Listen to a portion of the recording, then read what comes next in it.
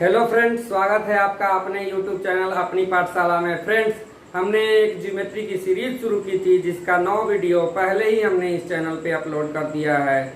आज मैं 10वां वीडियो लेकर के आया हूँ आप लोगों के सामने।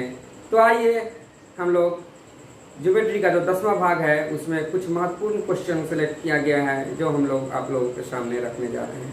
आइए,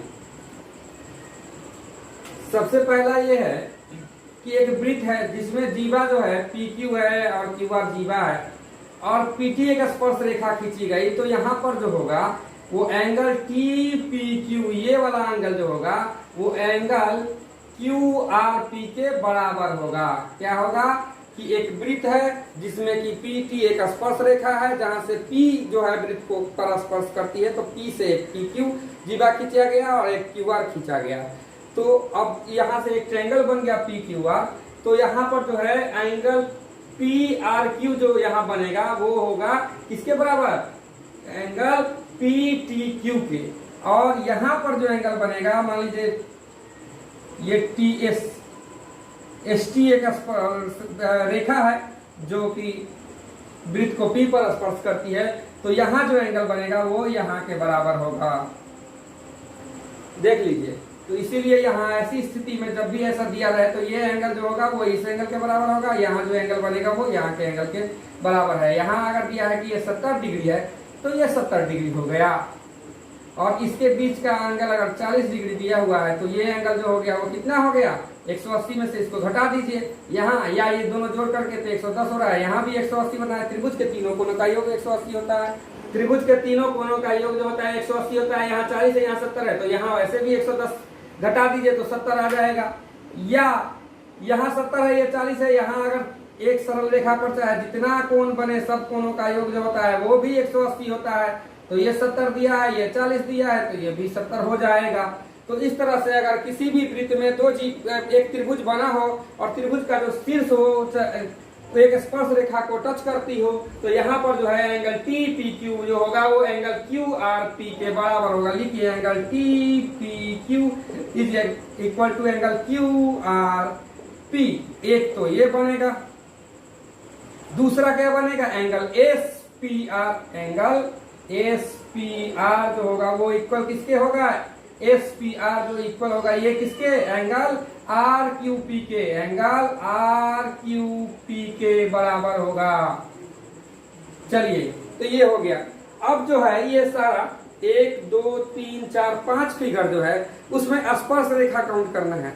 तो स्पर्श रेखा काउंट करने के लिए कुछ नहीं है, दिया रहेगा कि जैसे अगर दो केंद्रों के बीच की दूरी दो त्रिज्याओं के वृत्त के योग के बराबर होगा या कम होगा या ज्यादा होगा, इसी के आधार पर हम लोग वृत्त की स्पर्श रेखा का संख्या अधिकतम पूछेगा तो निकाल सकते हैं। जैसे देखा जाए यहाँ पर दिया है कि यहाँ से यहाँ केंद्रों के बीच की दूरी देख रहे हैं, ये R1 त्रिज्या या R2 है, इसके बीच में भी गैप है, मतलब AB का जो दूरी है वो greater than R1 plus R2 है। ऐसे स्थिति में 4 स्पर्श रेखाएं अधिकतम होगा। कितना?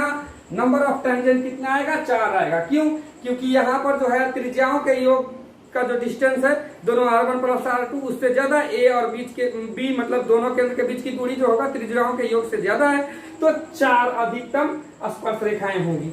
यहाँ पर जो है AB जो है दो केंद्रों के बीच की दूरी जो है दोनों त्रिज्याओं के योग के बराबर है, दो त्रिज्याओं के योग के बराबर है। तो ऐसे स्थिति में क्या होगा कि दो वृत्त है, दोनों एक दूसरे को स्पर्श करती है एक बिंदु पर, और यहाँ पर जो है वो दो वृत्तों के केंद्र के बीच की दूरी जो है वो दो त्रिज्याओं के योग के बराबर है। केंद्र यहाँ A है, B है, A से B के बीच की दूरी जो है वो दो त्रिज्याओं के योग के बराबर है। तो यहाँ अधिकतम टेंजेंट कितने हो गए? 3।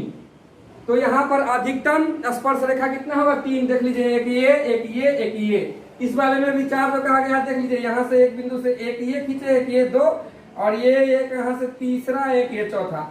तो मैक्सिमम 4 स्पर्श रेखाएं होगी जो दोनों में कॉमन है। इसमें ये कॉमन, ये इसमें चूंकि ए बी जो है greater than R1 plus R2 है, तो 4 ए बी अगर इक्वल होगा R1 R2 के तो कितना हो जाएगा? 3, 1 2, और ये ऊपर से जो आया ये भी तो स्पर्श रेखा है।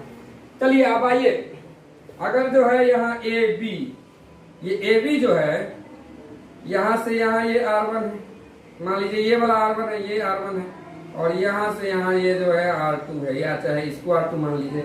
तो A1 से A2 के बीच की A से B के बीच की दूरी जो है वो हमेशा हमेशा इस स्थिति में क्या हो गया, less than R1 plus R, मतलब त्रिज्याओं के योग से अगर छोटा हो तब ऐसी स्थिति में दो स्पर्श रेखा, नंबर ऑफ टेंजेंट कितना होगा, 2 होगा। नंबर ऑफ टेंजेंट कितना होगा, 2 होगा। तो आइए इसमें करते हैं कि अगर दो केंद्रों के बीच की दूरी दो त्रिज्याओं के योग से कम हो तो उस स्थिति में स्पर्श रेखा की संख्या 2 होगी। यहाँ 2 आ गया। अब आइए अगला करते हैं कि जब दो वृत्त जो है आपस में एक ही जगह टच करे और वो जो है बड़ी वृत्त के अंदर में, जब दो वृत्त दिया हो, बड़ी वृत्त के अंदर में एक छोटा वृत्त हो और वो छोटा वृत्त जो है ना बड़ी वृत्त को एक बिंदु पर टच करे तो वहां सिर्फ और सिर्फ क्या खींचा जा सकता है, एक स्पर्श रेखाएं खींची जा सकती है। और ऐसी स्थिति में क्या हो गया कि जब एक बड़ी वृत्त के अंदर में एक छोटी वृत्त दिया हो और वह एक बिंदु पर वृत्त को टच करे तो वहां से उसी बिंदु पर से एक और एक स्पर्श रेखा खींची जा सकती है। तो ऐसी स्थिति में नंबर ऑफ टेंजेंट क्या होगा, 1 होगा। जब दो वृत्त दिया हो, एक बड़ी वृत्त भी हो और उसके अंदर में एक छोटा वृत्त भी हो, लेकिन दो वृत्त एक दूसरे को कहीं भी टच नहीं करे तो वहां पर जो है स्पर्श रेखा बिल्कुल नहीं होगा। तो स्पर्श रेखा की संख्या वहां 0 होगी। यहाँ पर अगर पूछेगा कि नंबर ऑफ टेंजेंट तो यहाँ 0। नंबर ऑफ टेंजेंट जब दो वृत्त दिया हो, बड़ी वृत्त हो और उसके बीच में एक छोटी वृत्त हो, चाहे कहीं भी हो, लेकिन वृत्त को अगर कहीं भी टच नहीं कर रहा हो तो ऐसी स्थिति में स्पर्श रेखा होने का सवाल ही नहीं है। तो यहाँ पर कोई स्पर्श रेखा नहीं होगा। अब देखा जाए एक वृत्त है, उसके व्यास के पर मतलब दोनों छोर से अगर दोनों स्पर्श रेखा खींचा जाए तो वो आपस में लंब होगा। ये देखिए वृत्त है, वृत्त में व्यास है, व्यास जो होता है वृत्त को 2 बराबर भागों में बांटता है, वृत्त का व्यास वृत्त को 2 बराबर भागों में बांटता है और यहाँ वृत्त के दोनों छोरों पे व्यास पे जो एक स्पर्श रेखा खींची जाए, 2 स्पर्श रेखा, तो दोनों आपस में पैरेलल होगा। क्यों? क्योंकि यहाँ भी ये 90 डिग्री बनाएगा। वृत्त के केंद्र से अगर स्पर्श रेखा पर एक रेखा खींची जाए तो वो रेखा जो है वो स्पर्श रेखा पर लंब होगी। तो यहाँ से केंद्र से एक रेखा ये खींचा गया तो ये भी त्रिज्या है और यहाँ से ये खींचा गया तो ये भी त्रिज्या है और दो त्रिज्याओं मिलकर के एक डायमीटर का निर्माण करता है। तो क्या हो गया कि वृत्त का व्यास के दोनों छोरों से अगर 2 स्पर्श रेखा खींची जाए तो वो आपस में समानांतर होंगे दोनों रेखा। तो ये L1 रेखा है, L2 रेखा है, तो L1 पैरेलल टू L2 हो जाएगा। वृत्त के व्यास के दोनों छोरों से 2 स्पर्श रेखा खींची जाए तो वो एक दूसरे का समानांतर होगा। आपको मेरा ये वीडियो अगर पसंद आया तो वीडियो को लाइक करें, चैनल को सब्सक्राइब करें। धन्यवाद।